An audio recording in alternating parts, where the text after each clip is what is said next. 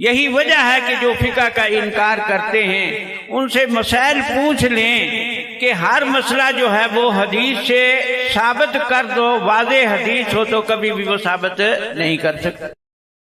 ہر فرقہ جو ہے وہ اپنا عنوان جو ظاہر کرتا ہے وہ بہت بڑا عمدہ سے عمدہ ہوتا ہے۔ اب انہوں نے عنوان یہ رکھا کہ ہم اہل حدیث ہیں، ویسے پہلے لا مذہب کے نام سے مشہور ہوئے کہ کوئی مذہب ان کا نہیں ہے، اور بعد کے اندر جو ہے انگریزوں سے نام الاٹ کرایا کہ ہمارا نام وہابی نہ لیا جائے، ہمیں اہل حدیث کہا جائے، اور باقاعدہ ترجمان وہابیہ کتاب لکھ کر جو ہے درخواستیں دی کہ ہمارا نام اہل حدیث ہو، ہمیں وہابی نہ کہا جائے، اور گورنمنٹ نے جو ہے وہ باقاعدہ ان کے نام چٹھیاں جو ہے وہ شائع کی ہر صوبے سے کہ ان کو جو ہے وہ وہابی نہ کہا جائے۔ لیکن یاد رکھیں کہ حدیث کے ساتھ ان کا کوئی تعلق نہیں ہے، لوگوں کو دھوکہ دینے کے لیے ہیں۔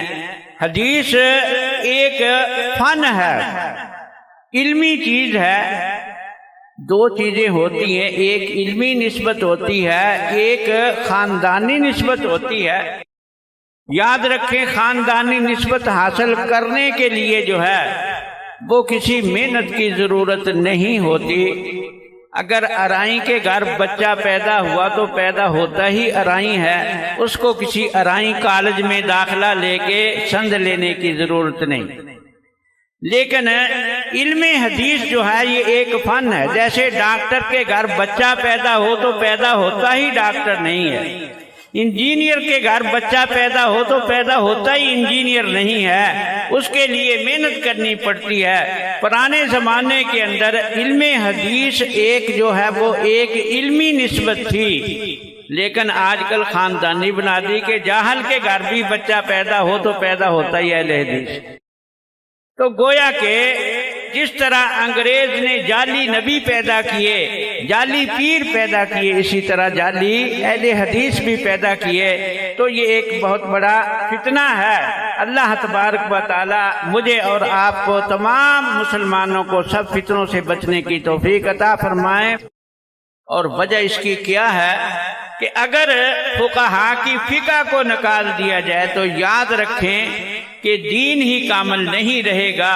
قرآن نے الیوم اکملت لکم دینکم واتممت علیکم نعمتی ورضیت لکم الاسلام دینا، یہ فرما دیا کہ اسلام کامل جو ہے وہ دین۔ یہاں یاد رکھے کہ اسلام کے کامل ہونے کا یہ مطلب ہے کہ اصول جو ہیں وہ اللہ تبارک و تعالی نے کامل بیان کر دیے، اور فروع جو ہیں قیامت تک فقہا ان اصول کی روشنی کے اندر حل کرتے رہیں گے۔ یہ فقہا کا کام ہے۔ اگر فقہا کو درمیان سے نکال دیا جائے تو دین کامل ہی نہیں رہے۔ اسی طرح ہمیشہ یہ شعبہ چلا فقہ کا معنی یہی ہے کہ فہم غرض المتکلم من کلامہ ہی، کہ جو آدمی بات کر رہا ہے اس کی بات کی تہ تک پہنچنا، یعنی اصل مقصد جو ہے وہ اس کا معلوم کرنا۔ کیونکہ ظاہری طور پہ بعض اوقات الفاظ ایک ہی جیسے ہوتے ہیں، لیکن موقع اور محل کے بدلنے سے جو ہے وہ معنی بدل جاتا ہے۔ مثال کے طور پر ایک لفظ کلمہ ہے، اس کے کئی معنی ہیں۔ کلمے کا معنی کلام بھی آتا ہے، کلمے سے مراد کلمہ طیبہ بھی ہے۔ کلمے کا ایک معنی جو ہے وہ نحو کی کتابوں کے اندر ہے کہ لفظ وضع لمعنی مفرد، تو ایک ہی لفظ کے مختلف معنی ہے۔ اگر ایک ممتحن صاحب کسی نماز حنفی کا امتحان لینے کے لیے چلے جائیں اور بچے کو کہیں کہ بیٹا کلمہ سنا، وہ ساری ایمان مفصل سنا دے آمنت باللہ و ملائکتہ و کتبہ و رسلہ، تو وہ پاس نہیں ہوگا۔ کیوں؟ اس لیے کہ یہاں جو ہے وہ کلمے سے مراد کلمہ توحید تھا، اگر وہ سنائے گا تو پھر پاس ہوگا، ورنہ پاس نہیں ہوگا۔ یہی ممتحن صاحب کسی نحو کی کتاب کا امتحان لینے کے لیے چلے گئے، کہتے ہیں بیٹا کلمہ کسے کہتے ہیں؟ وہ کہے لا الہ الا اللہ محمد الرسول اللہ، 6 کے 6 کلمے وہ سنا دے تو استاد کہے گا کہ تجھے کتاب یاد نہیں، کیونکہ اب یہ محل بدل چکا ہے، یہ نحو کی کتاب کا امتحان دے رہا ہے، تو اب کلمے سے مراد جو ہے وہ لفظ وضع لمعنی مفرد، اگر یہ تعریف سنائے گا تو پاس ہوگا، ورنہ نہیں ہوگا۔ اب یہی ممتحن صاحب کوئی دوست ملا، کوئی پرانا دوست تھا، آپس میں جو ہے کوئی چپکلسی ہو گئی، اس نے گالی نکال دی، تو یہ کہتے ہیں کہ میں ساری زندگی تجھ سے نہیں بولے گا، جو کلمہ تو نے مجھے کہا ہے کسی دشمن نے بھی نہیں کہا، تو اب یہ گالی کو بھی کلمہ کہہ رہا۔ تو معلوم یہ ہوا کہ لفظ بدلنے سے، موقع اور محل کے بدلنے سے جو ہے وہ لفظ کا معنی بدل جاتا ہے۔ تو فقہاء انہیں کہتے ہیں جو اصل مقصود تک پہنچتے ہیں کہ حدیث پاک کے اور قرآن پاک کے صرف الفاظ نہیں بلکہ موقع اور محل تلاش کرتے ہیں کہ حضور صلی اللہ علیہ وسلم نے کس انداز میں یہ بات کہی ہے تاکہ اصل مفہوم سامنے آ جائے۔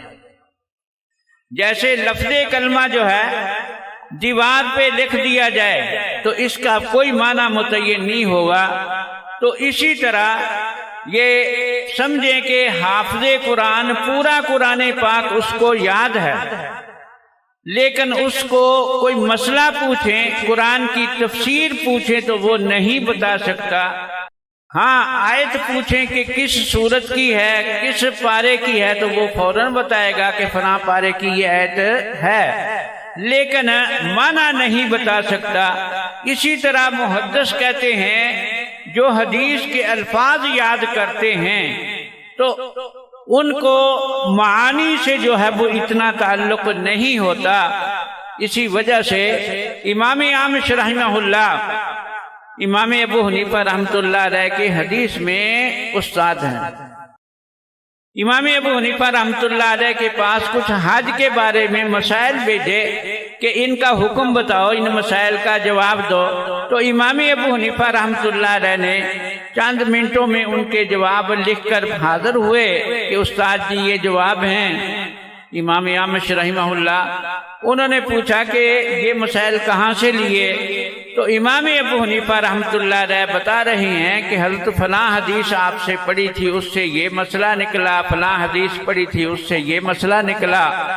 اب تفصیل سے جب بتا رہے ہیں تو امام اعمش رحمہ اللہ بہت خوش ہوئے، فرمایا کہ ابو حنیفہ تجھے مبارک ہو، اللہ نے ہمیں ایک علم دیا تھا، تمہیں 2 علم دیے ہیں۔ الفاظ رسول ہم سے لیے ہیں، لیکن مراد رسول جو ہے وہ جہاں تک تیری نظر پہنچتی ہے ہماری نظر نہیں پہنچتی۔